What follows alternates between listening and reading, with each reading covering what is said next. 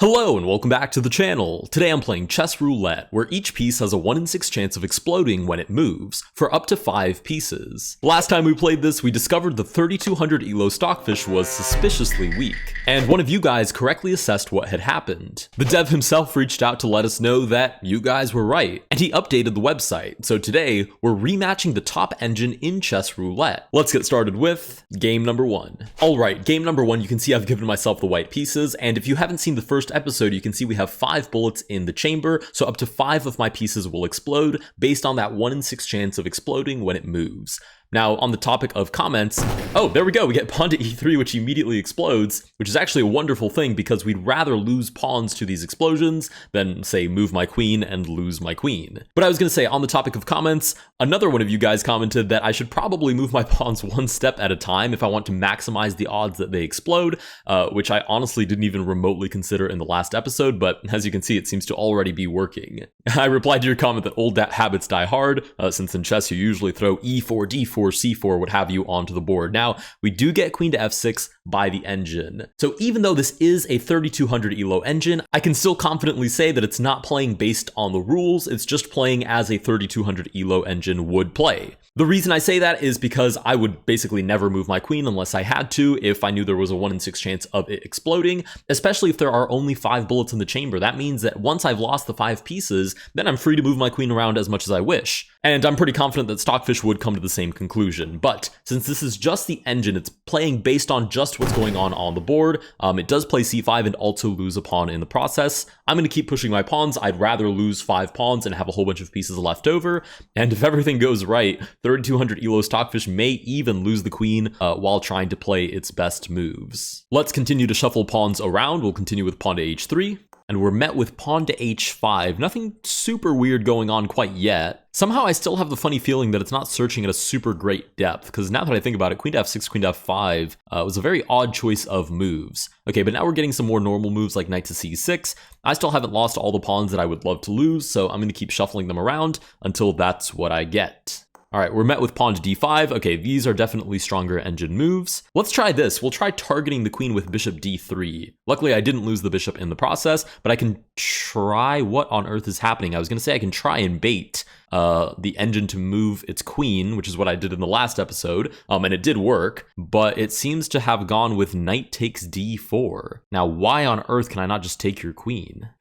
That is so beyond my pay grade, I'm not even going to try to calculate it. I think that's just a free queen, though. I've done a tactic or two in my life. Yeah, that was definitely just a free queen. Okay, knight takes back, and we'll continue with the pawn push strategy. All right, bishop comes out and immediately gets annihilated. We'll continue with pawn to a6. Okay, somehow my pawn has survived all of these moves just fine. And we're met with pawn to b6. All right, let's do a different pawn. Pawn to h4, wonderful. It immediately explodes, and we only have 3 bullets left in the chamber with that move. And as you can see, Stockfish insists on moving these larger pieces, which is giving me a tremendous material advantage. And once I'm done with these 3 bullets, I will have no concerns about my pieces exploding and also a huge material advantage. Nice, now we are down to 2 bullets. So far, so good. I've only lost bullets by moving pawns around. Now, at some point, I may want to, or I may have to, start moving minor pieces as well. If I'm going to do that, I'm going to do so with threats on the board. Right, knight to e4, that cannot possibly threaten anything. Oh, and that's like best case scenario.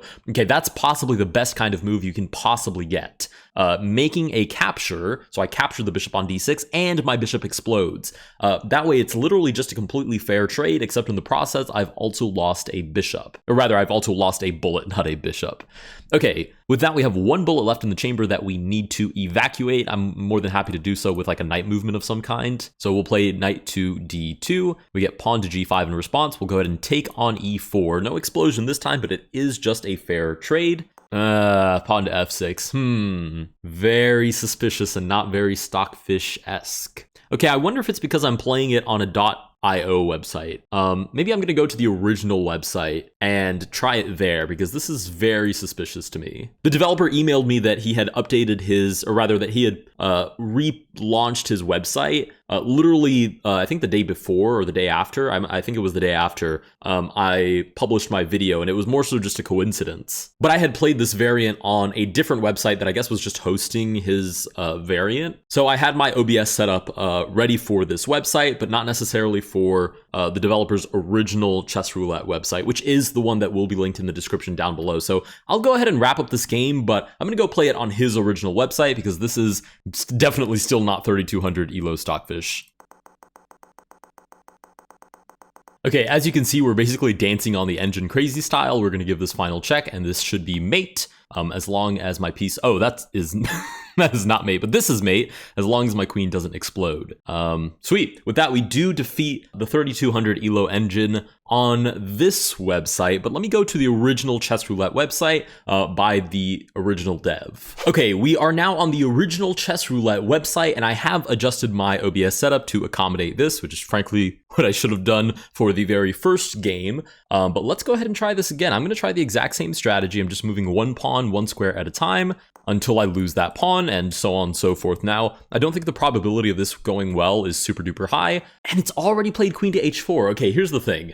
No explosions have happened yet, and it's played e6, queen to h4, which can't possibly be a Stockfish move, can it? Maybe I just play d3 and defend the pawn? I don't know. Maybe this is top engine move, but that seems really suspicious. Okay, we get knight c6, which explodes the knight immediately. We'll play knight to f3 and target the queen. The more we bother the queen, the more likely it is she has to move. The more often she moves, the more likely she explodes. Okay, let's keep pushing our pawns around. Again, I do still want to eliminate all 5 bullets in the chamber by just shuffling pawns. Okay, see, it didn't even take back with discovered check. That can't possibly be right. Okay, we'll take back on e6. It does put us in check. We'll cover up with the bishop, and then we'll castle out of the way. So far, so good. h5 with a kind of scary attack, but I can't possibly... Okay, queen to g8. I'm not even going to comment. Let's go. d4. We're going to eliminate all of these pawns, and I'm pretty confident that this is a secured victory. We even have bishop to b5, maybe double threat, double checkmating ideas there. Can I play d5 here, or is that diabolical? d5 threatens the bishop, but reinvigorates the discovered attack. The bishop does, in fact, move out of the way. Check? Bishop b5 check? I've kind of abandoned the idea of moving my pawns around, but we do get a fair trade with an explosion, which I can't complain about. That seems like a pretty good thing to get. We get queen to d5. Now, if I'm going to move my queen, I really would rather not lose her, so I'm going to capture their queen. Perfect. Imagine I had just moved my queen away. The enemy would still have a queen on the board, and I would not. I'm down to 3 bullets in the chamber, and I don't have a huge material advantage, which is kind of what this entire plan hinges on. But perfect. Okay, I've eliminated yet another pawn, 2 bullets left in the chamber, and I'm going to imagine that Stockfish here will probably lose some extra material, shuffling good pieces around, but not pieces that you want to lose, right? So bishop e7 is a developing move, but also could have been lost to a random explosion. We get rook to e8. Let's keep shuffling pawns. I just have to lose 2 more, and then I'll be in a good spot. Any fair trade, I'm more than happy to accept. There we go. Because right there, upon a totally fair recapture, Stockfish did lose a rook, and now we're simply up a rook and a knight. Let's keep shuffling around pawns. Nice. Only 1 bullet left in the chamber. This is going pretty darn well. Knight to e4, h4 to follow. I still think Stockfish isn't using up quite as much time as it really could be, because I think sometimes it makes decent moves, but then other times it's just losing material really for no reason. We get bishop g7, which targets the rook. You'd imagine I should probably move out of the way. Nice. We do not lose the rook in that explosion. And we're met with knight to c5, which means I have no pawn moves left. Okay, let's move this knight out of the way. I just need to lose 1 more pawn. So you'd imagine f3, f4, perfect. f3 is all we needed. We now have 0% chance of getting blown up anymore, anywhere else, so I can play a totally normal game of chess. So I'm up a whole bunch of material, so naturally I'm going to go in for a whole bunch of trades.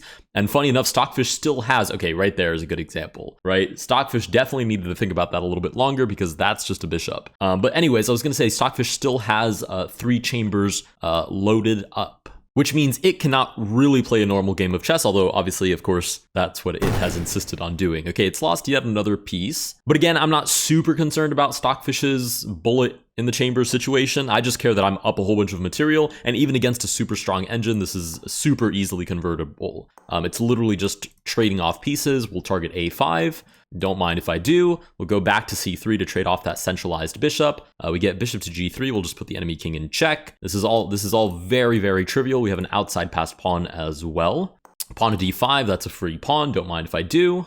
Bishop goes back to d6 and we push. We're just going to push this pawn all the way to the end. I could have even just sacked the rook there, right? We'll move the king out of the way. It actually did come to defend the square, but then it moved away. We'll sack the rook, and because this pawn makes a box down to c8 up to c6, and the king is not inside the box, it is impossible for the king to catch the pawn. Promote to a queen. Don't mind if I do, and there should be here a very quick forced checkmate, if I could just find it. Check, check, check. Don't mind if I come in a little closer with the queen, get cozy schmozy. Oh, this is a very nice little knight checkmate. With that, we do defeat the 3200 elo Stockfish on Chess Roulette. Now, I'm going to assume that Stockfish here probably just needs even more time to calculate, because I don't think the strategy of just giving away pawns is actually effective. What I might do is I might just pluck up another YouTuber. So comment down below what other YouTuber you'd like me to play Chess Roulette against.